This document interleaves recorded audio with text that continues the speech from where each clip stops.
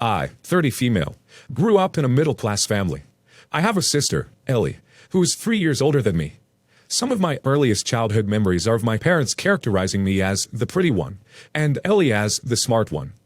Ellie has an IQ in the 150 range. She was always at the top of her classes at school with little effort, while I struggled to make B's. When it came time for college, Ellie was accepted into some of the best schools in the country and ended up enrolling in a top 10 university. While I always kind of wondered how they were affording this, I kind of assumed they were taking out loans for whatever financial aid didn't cover. However, when I was a senior in high school, I found out how Ellie's tuition was being funded. With the inheritance my grandparents had left, with the intention it would be used for both of our schooling. Ellie had 1 year left of university, and the money was nearly gone. They made it clear that with my grades, they would rather the money go to finish off Ellie's graduate education. I was left with the choice, loans or no school. I ended up working full-time to afford to rent an apartment with friends while going to community college nursing school on the side. It took me a little longer, but I graduated with honors. I got a great job at a local hospital and ended up meeting my now husband, who was a second-year general surgery resident at the time, my very first day on the job. Fast forward 8 years. My husband is a surgeon and I went back to school to become a CRNA. We are very comfortable financially, happily married, and I am pregnant with our first child, a girl. Through this time, I've maintained minimal contact with my parents and sister. I had a ton of resentment, and allowed my relationship with them to grow colder over the years.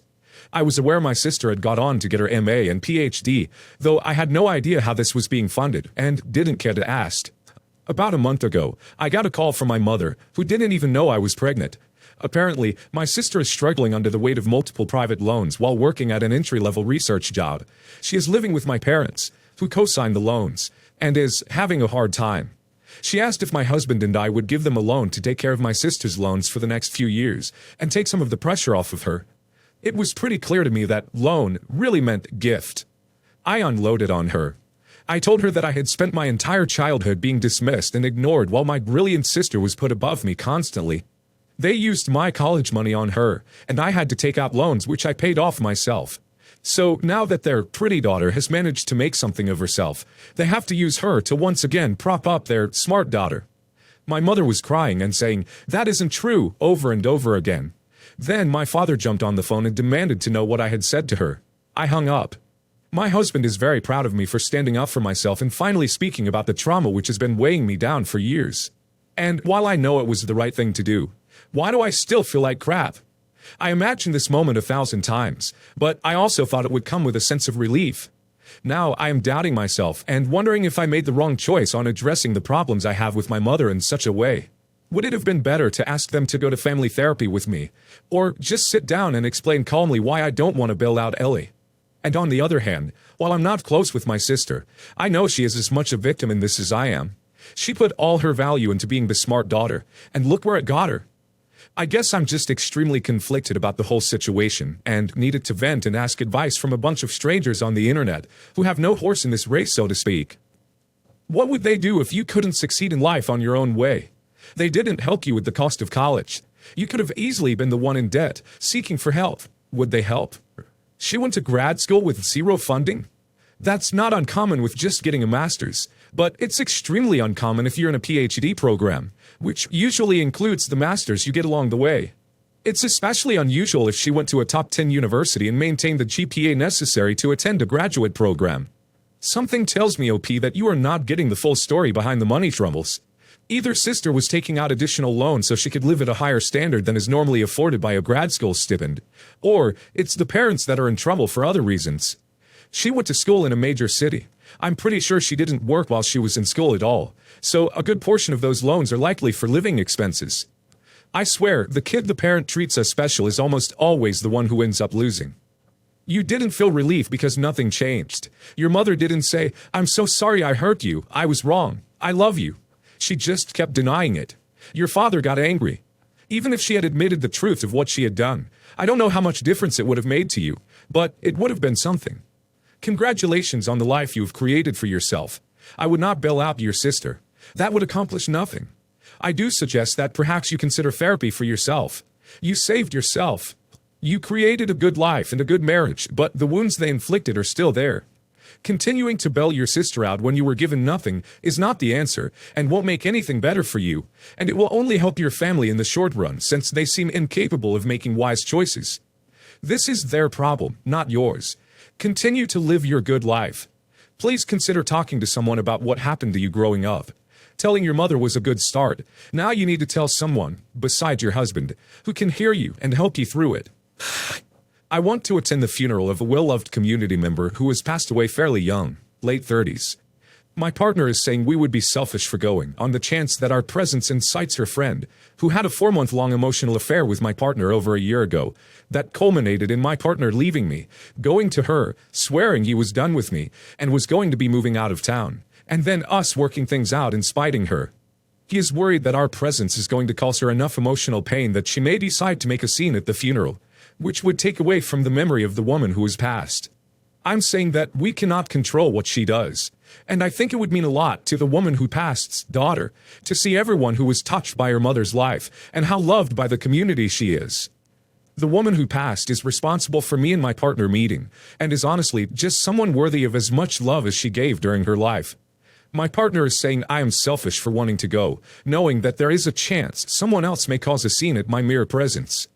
I think he is being childish by letting the possibility of a grown adult not being able to be responsible for her own emotions at a funeral restrict his and my actions, and thus showing her family how much the woman was loved.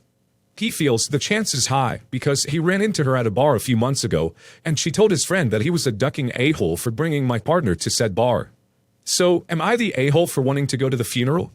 Not the a-hole. Dump him and go. His behavior is suspicious, and the baggage sounds too much. Not the a-hole, but if your partner feels so strongly about not going, why can't he just stay home while you go? You had nothing to do with his affair. It's not your responsibility to avoid the person your partner cheated on you with, to make the other woman feel more comfortable. What the duck? Not the a-hole. You want to pay your respects of someone in the community that was well loved. If your partner is saying that the two of you shouldn't go, why should this other person get to go instead? You are absolutely right. You can't control the actions of someone else, and that shouldn't in turn control how you two live your lives, make decisions, to attend events. My sister, 40 female, and I, 25 female, have a larger age gap. Over the years, she babysat me as I grew up, and she got married and had children. I did the same. However, growing up, my sister was always mean to me and never treated me like her sister, always an outsider. Her first and second husband, however, were always nice to me. She would insult me, yell at me, hit me, and tell her kids not to talk to me. So, sometimes when I would stay at her house, I would be isolated to the room, scared to come down because she would give me the silent treatment, and so would the kids. She would also tell people I was bad and won't be anything in life and all. As a mom, I can't say she was the best. She would dump the kids on my mom to travel and meet new guys that she would bring home and force the kids to call dad, kick her kids out in the extreme heat or extreme winter cold, and love bomb them to come back whenever she needed them, or when CPS was on to her. Anyway, fast forward to now. I'm 25, university graduate, working a government job, married to a wonderful man, also expecting, and a nice home. This year, my sister kicked out her son because she was traveling to meet a guy. Her son, 17, has a rebellious nature, such as selling and doing stealing, and run-ins with the school and the law. He called me to pick him up, which I did, and allowed him to stay with me and my husband while we fed and clothed him on my own. A few months later, I found out the kid was stealing valuables from us, and telling me how his mom is a good mom, and I'm horrible, etc. Turns out, his mom was texting him all sorts of nice things after CPS caught on to her, and her child benefit tax was cut. Now that I'm pregnant, none of them have offered to give me anything for my baby yet. I'm being asked to give money and donations to the same nephew who's expecting his baby, at 17. Now I'm being told I'm awful and a bad person for not contributing and giving him money for his baby. When they ask what you're giving, list everything he stole from you. That should cover it. Or tell them, my gift is not going to the police. If that's not enough, I can take it back and go file a report right now. Cut contact with your toxic family. Sounds like you have a lovely family with your husband and baby. Nah, you don't owe them a penny. You haven't done anything wrong, and they all sound like horrible people. Family or not, they have no right to treat you horribly and expect anything but distance from you. Being family is not a free pass for you to take. I can feel your sympathies though. Now that my sister's with child, she expects me to be in her life and pretend we are some happy family, when she spent years tearing down the relationship we did have. And she's trying to use my kid to do so. My kid grew up 5 years without her caring. Why does she care now? Probably because she wants money and she's a single mom. Protect yourself because nobody else will. It turns out my husband, 35 male, was sending money to another woman. 4 months ago, I, 30 female, returned to work after having a baby. My partner stays at home because my job pays more. With the crazy gas and grocery prices, we haven't gotten caught up yet to get anything but the bare minimum. Turning 30, I think, is special enough to splurge on. So, when my work had a contest for $50 PayPal and a pizza party for my team, I worked hard and won. I've had it saved for over 2 months now. I was planning on getting a few sirloin steaks to grill and ingredients to make a peach cobbler. Today, after I got home from work, I went online to clip the steak coupon and to transfer the money from my PayPal to my debit card. I log in and it says $10. It showed a transfer to my partner's card a week ago. I asked him if he did it. He said no. I then got on PayPal chat to report fraud. I'm thinking they will just credit me back for the error. I'm in queue and he comes up and says, "Wait, I did do it. I forgot." When I asked him what he spent it on, he went on a rant about how he is a 35-year-old grown man and just wanted to spend some damn money. I again asked what he spent it on. He said a friend of his was really struggling and he just wanted to help out a little because she has no help. I told him the friend is probably a man who is finessing hundreds of dollars from schmucks like him with the same sob story. He got super angry and said he wasn't about to feel embarrassed over it. He is too embarrassed to go to the food pantry, but not embarrassed for getting scammed. Okay. I told him I was going to use it for my birthday, and he told me, "You're an adult. Adults don't get birthday gifts. Plus, we have food here." I told him I worked hard for that measly $50, and it wasn't his to spend. He then said, "Consider it my allowance for staying home with the kids, while you get to go to work like a little vacation every day." My friend needed it. Like I don't have needs. Like I haven't got my PPD medicine filled once because I can't put it in the budget yet. I'm wearing the same bra from pre-pregnancy that is uncomfortable as hell, but his friend needed it. Gotcha. He then comes up and says, "Just go donate plasma on your lunch, or I will cook you dinner with what we have on your birthday." I told him it was shady that he changed the email on my PayPal, using money that wasn't his without telling me, and asked him if he was going to continue helping his friend. He said yes, anytime he gets extra money or allowance. I told him to get out, and he did. I thought it was my postpartum depression making me feel like I was detached from my husband.